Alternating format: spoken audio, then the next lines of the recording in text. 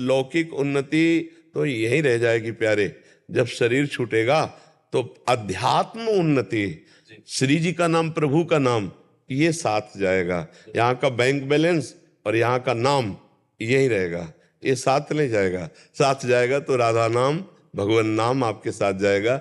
बाकी तो आपको रोज देखते रहते, दर्शन आपके रोज होते हैं टीवी पे, तो आज साक्षात आपके दर्शन करके बहुत अच्छा लग रहा है।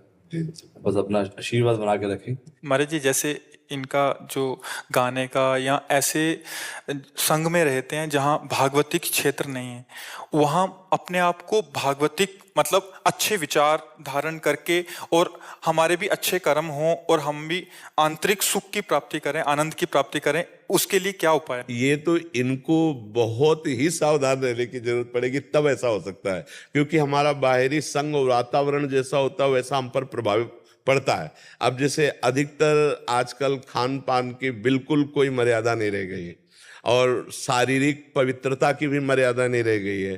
तो हमारे कर्म अच्छे हो, हमारे विचार अच्छे हों, ये तो एक बड़ी आश्चर्यजनक बात रह जाएगी। जब तक हमारा खान पान शुद्ध नहीं होगा, हमारा चरित्र पवित्र नहीं होगा, तब तक हमारे कर्म शुद्ध कैसे हो सकते हैं? और आज कर्म शुद्ध होना बहुत कठिन विषय रह गया है। शराब पीना, मांस खाना, व्यभिचार करना, इसी की उन्नति मानी जा रही, नहीं मानी जा रही। कम से कम एक असत आचरण छोड़े ना तो आप सत मार्ग की तरफ आगे बढ़ रहे हैं। बहुत बहुत मेहरबानी आपने सर जी ने टाइम सब निकलवा एकदम से विचार डाला और एकदम से चल दी महाराज जी। ये लाडली जी की कृपा से, क्योंकि आप बिना लाडली जी की कृपा के आ नहीं सकता।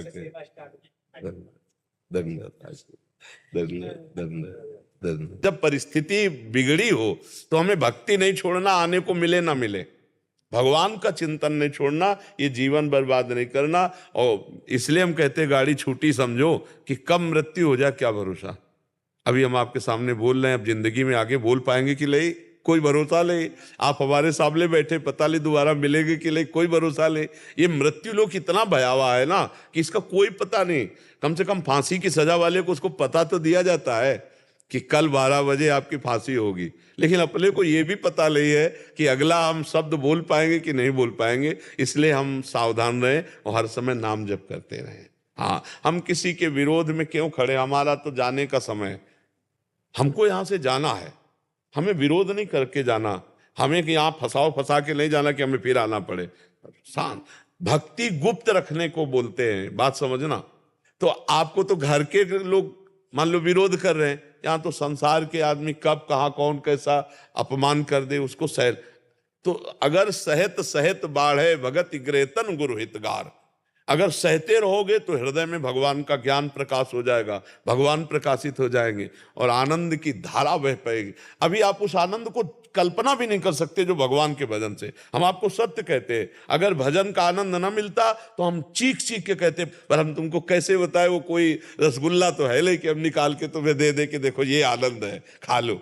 हाँ, जो बात मान लोगे, जैसे इस भाई ने कहा कि अभी तक तो हम ऑनलाइन सुन करके ही अपने जीवन, आपके जीवन का परिवर्तन हो जाएगा। आपका जीवन अध्यात्म के प्रकाश में आनंद की तरफ, और जब आपको आनंद मिलेगा तब फिर आपको कोई विषय खींच नहीं पाएगा। अभी आनंद की बात सुनकर चले हो, और जब आनंद मिलेगा तो काम क्रोध लोभ मोह मद मत्सर खींच नहीं पाएंगे। संसार में कौन ऐसा है जो भगवान के भक्त को खींच सके? एक बार आनंद मिल जाए ना। अब गांव के लोग जो गुड़ का सीरा होता है ना, उसी में नाचते हैं, इतना मीठा लगता है उसको। और अगर रबड़ी मिल जाए तो फिर उस गुड़ के सीरे की तरफ कौन देखेगा?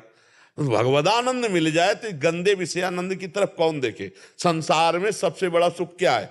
आप देखो, घुमा के बुद्धि को देखो तो लौट करके केवल केवल काम सुख में आएगा। आप देख लीजिए, रुपया पैसा खाना पीना रिश्ता नाता सब जगह घुमाओ मन को, और अगर उसको कहीं टिकने की जगह दिखाई देगी तो काम भोग के सिवा और कहीं टिकने की नहीं है। सब संसार के जितने भी प्राणी हैं, जितने भी जीव हैं, सबको एक काम ने परास्त कर